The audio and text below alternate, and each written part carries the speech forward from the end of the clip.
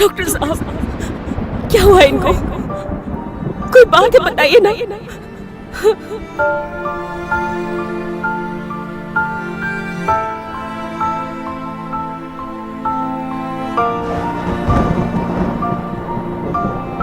हे प्रभु, हे ईश्वर, हे भगवान, मैं इतने दिन से पूरे जीवन में तेरा व्रत रखती आ रही हूँ। हे प्रभु, इस समय मैं बहुत कष्ट में हूँ। आप आकर मेरे इन कष्टों को दूर करें भगवान।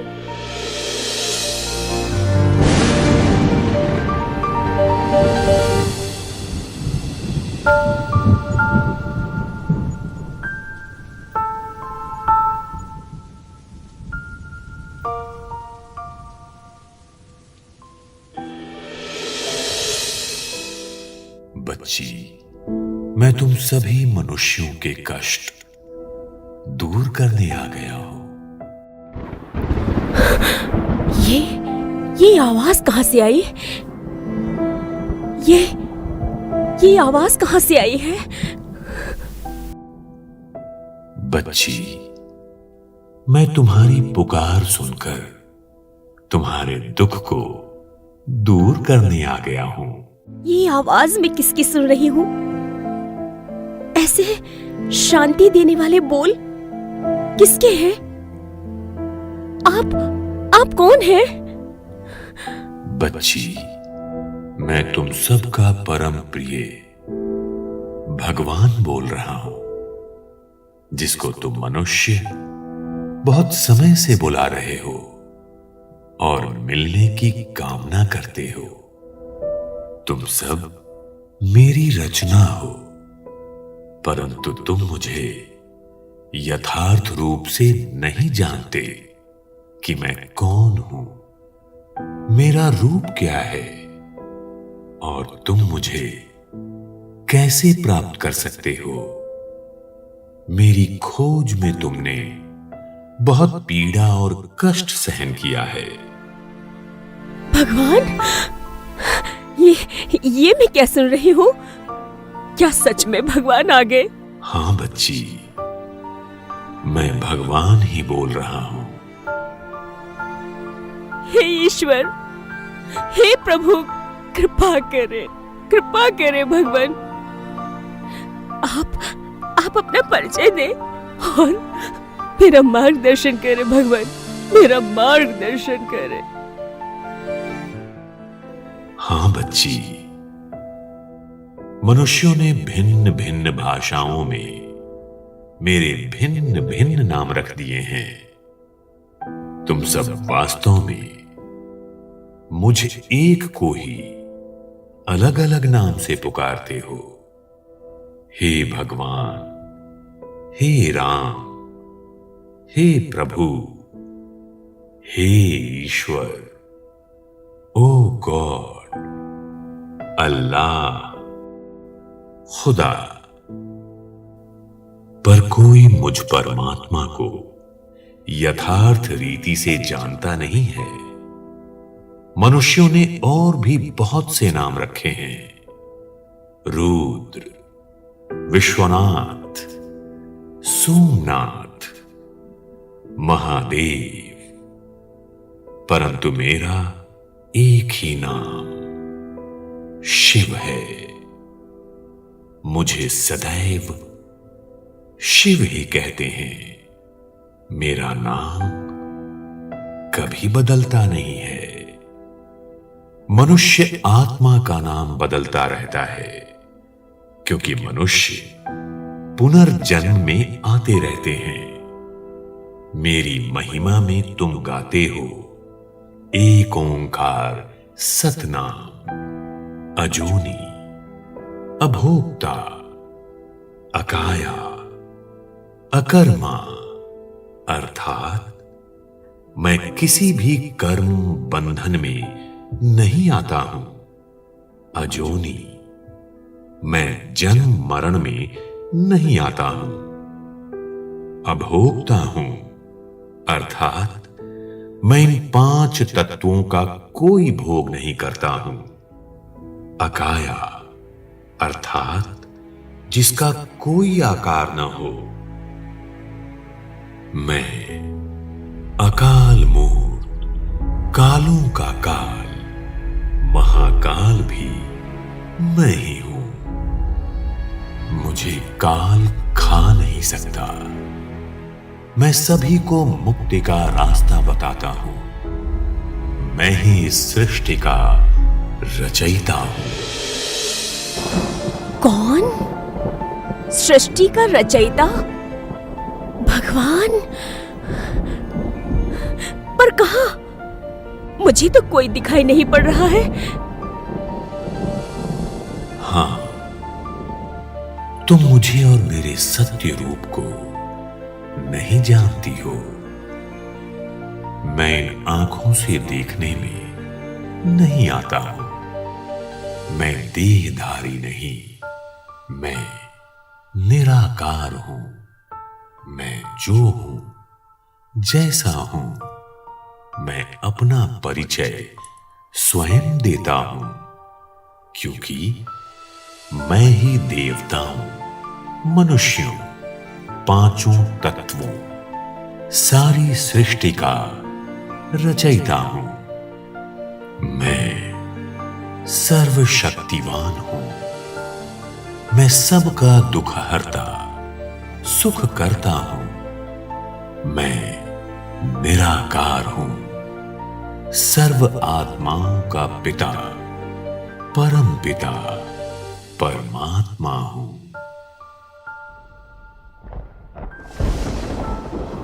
आत्माओं का बाप? निराकार? मैं समझ नहीं पा रही हूं प्रभु, मुझे समझाओ। बच्ची, तुम्हारा यथार्थ स्वरूप आत्मा है। ये भौतिक शरीर नहीं। और आत्मा निराकार है, एक बिंदु प्रकाश पुंज के समान। आत्मा भौतिक शरीर को चलाने वाली ऊर्जा, एक चैतन्य शक्ति है। जितने मनुष्य हैं, उतनी आत्माएं हैं। मनुष्यों के भौतिक शरीर इन आंखों से देखने में आते हैं, पर आत्मा को इन आंखों से देखा नहीं जा सकता है। आत्मा को केवल दिव्य दृष्टि द्वारा ही देखा जा सकता है। मनुष्यों के रंग रूप भिन्न भिन्न हैं, परंतु आत्माएं भिन्न भिन्न नहीं, सब एक जैसी ही हैं। सिर्फ हर आत्मा की भूमिका भिन्न भिन्न है। जैसे मनुष्य छोटे बड़े होते हैं, वैसे आत्मा छोटी बड़ी नहीं होती है। आत्मा का रूप एक ही है। आत्मा अजर, अमर, अविनाशी है। शरीर विनाशी है। आत्मा एक शरीर छोड़ दूसरा शरीर धारण करती है। मैं सर्व आत्माओं का पिता, परम पिता, परमात्मा हूं।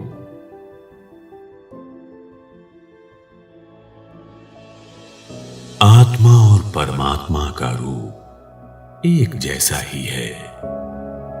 जैसे आत्मा बिंदी, वैसे मैं परमात्मा भी बिंदु के समान अति सूक्ष्म प्रकाश पुंज निराकार हूं। तुम भक्ति में मेरी ज्योतिर्बिंदु रूप की यादगार शिवलिंग बनाकर पूजा करते हो। बच्ची, आप सभी मेरी ही संतान हो। आप मेरे ही घर से यहां आए हो। इस सूर्य और सितारों से दूर। ये फरिश्तों का सूक्ष्म लोक है। इससे भी दूर एक अन्य लोक है,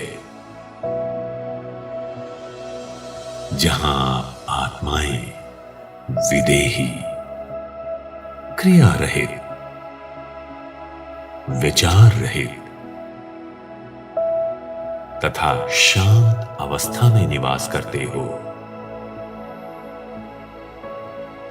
ये लोक मुझ परमात्मा और आप आत्माओं का लोक है, जिसे आप सब ब्रह्मलोक, परम धाम, निर्वाण धाम, शांति धाम आदि नामों से जानते आए हो। आप सभी आत्माएं पृथ्वी पर इसी लोक से गए हो। ये लोक आत्माओं का प्यारा घर है। ये पृथ्वी एक रंगमंच है, जहां आत्माएं देह रूपी वस्त्र को धारण कर अपनी अपनी भूमिकाएं निभाते रहते हैं। अब अपने आप को एक अविनाशी आत्मा समझ मुझ परम प्रिय परम पिता परमात्मा को इस घर में याद करो। परंतु लोग तो कहते हैं कि आत्मा ही तो परमात्मा है। नहीं मेरे बच्चे, यही तुम्हारी सबसे बड़ी भूल है। तुम सब आत्माएं तो मुझ परमात्मा की संतान हो। परमात्मा एक है, फिर तुम अपने आप को परमात्मा कैसे कहला सकते हो? शरीरधारी को भगवान नहीं कहा जाता, मनुष्य कहा जाता है। मनुष्य को भगवान मानने से ही तुम सब नासमझ बन गए हो। मैं तो पुनर्जन्म में नहीं आता हूं, बाकी तो सब मनुष्य आत्माएं जन्म मरण के चक्र में आने वाली हैं। आत्मा सो परमात्मा, ये कहना अज्ञानता की निशानी है। अपने को भगवान कहना परमात्मा की ग्लानि है। जब भी तुम मुझे याद करते हो तो तुम्हारी बुद्धि ऊपर चली जाती है। जब जब कलयुग के अंत में सृष्टि पर धर्म की अति ग्लानि हो जाती है, तो मैं अधर्म का विनाश कर सत धर्म की स्थापना करने इस धरा पर आता हूं। हे प्रभु, परंतु आप तो सर्वव्यापी हैं। बच्ची, अगर मैं सर्वव्यापी हूं तो तीर्थों पर, मंदिरों में, धार्मिक स्थलों पर जाने की क्या आवश्यकता है? तुम सब यज्ञ, जप, तप आदि करते हो। समझते हो यही परमात्मा से मिलने का रास्ता है। अगर मैं सर्वव्यापी हूं तो मुझे पाने के लिए यज्ञ, जप, तप क्यों करते हो? मैं हरेक में नहीं, मेरी याद हरेक में व्याप्त है, क्योंकि मैं ही सब आत्माओं का पिता हूं। तुम सब कहते हो कि मैं कण कण में व्याप्त हूं। नहीं नहीं बच्चे, कण कण मेरी रचना है। अपने पिता को सर्वव्यापी कहना एक बहुत बड़ी भूल है। हे परमपिता, मैं आपको किस नाम से संबोधित कर सकती हूँ? बच्ची, मुझे सभी प्यार से शिव बाबा कहकर बुलाते हैं। तुम बाबा कह सकती हो। बाबा? प्यारे बाबा, आपके कर्तव्य क्या है? यदा यदा हि धर्मस्य ग्लानिर्भवति भारत, अभ्युत्थानं धर्मस्य तदात्मानं सृजाम्यहम्। मैं पतित सृष्टि को संपूर्ण पावन बनाता हूं। जब मनुष्य आत्माएं दुर्गति को प्राप्त हो जाती हैं, तब मैं आकर सद्गति कर मुक्ति और जीवन मुक्ति का मार्ग बताता हूं। मुझे भोला भंडारी शिव भी कहते हैं, अर्थात भंडारा भरपूर करने वाला। पवित्रता सुख शांति का भंडारा भरपूर करने में आता हूं। कलयुग के अंत में जब धर्म की अति ग्लानि होती है, तब मेरा अलौकिक दिव्य जन्म भारत में होता है, जिसे तुम सब शिव जयंती, शिवरात्रि के रूप में भी मनाते हो। परंतु मेरा जन्म किसी माता के गर्भ से नहीं होता। मैं तो कालों का काल, महाकाल, प्रकृति को अधीन कर अवतरित होता हूं और नई सृष्टि की रचना कर वापस अपने धाम चला जाता हूं। बच्ची, अब परिवर्तन का समय आ चुका है। यही समय है जब सब मुझसे मिल सकते हैं। इसको ही पुरुषोत्तम संगम युग कहा गया है। संगम अर्थात कलयुग और सतयुग का संगम। इस संगम युग की आयु बहुत छोटी है। ये बहुत शुभ मंगलकारी समय है। बच्ची, अभी मैं अवतरित होकर राजयोग सिखा रहा हूं। जब आप धरती पर आ चुके हैं, तो हम सब इतने कष्ट में क्यों हैं प्रभु? मैंने और मेरे पति ने पूरे जीवन में कभी कोई अनुचित कार्य नहीं किया, फिर भी इतने कष्ट क्यों है प्रभु? बच्ची, कलयुग के अंत में तुम सब श्रेष्ठ और सत्य कर्म को भूल जाते हो। तुम्हारे कर्म ही इन कष्टों का कारण है। इसलिए मैं ईश्वर ही सत्य और श्रेष्ठ कर्म का ज्ञान देकर पूरे विश्व का दुख दूर करने आया हूं।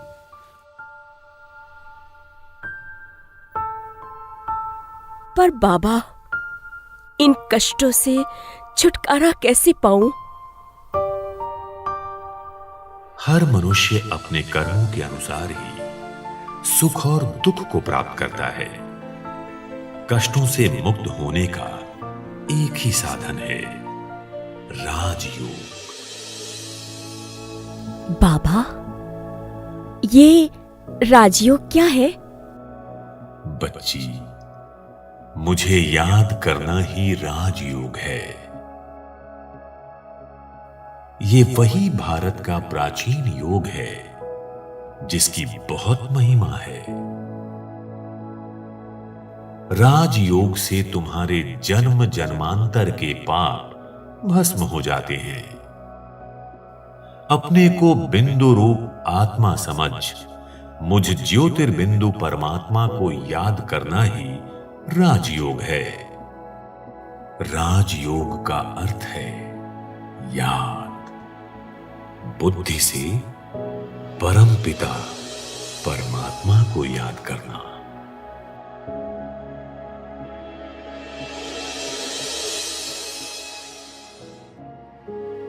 बाबा, प्यारे बाबा, आपने मुझे ज्ञान से परिपूर्ण कर जो कृपा की है, आपका हृदय की गहराइयों से धन्यवाद बाबा। आपने मेरे जीवन की सभी दुविधाओं को दूर कर दिया बाबा। मैं नित्य अपने अविनाशी आत्मिक स्वरूप में स्थित होकर आपको याद कर अपना जीवन दिव्य बनाऊंगी बाबा। आपका बहुत बहुत आभार मेरे बाबा। अच्छा बच्ची, हम फिर मिलेंगे।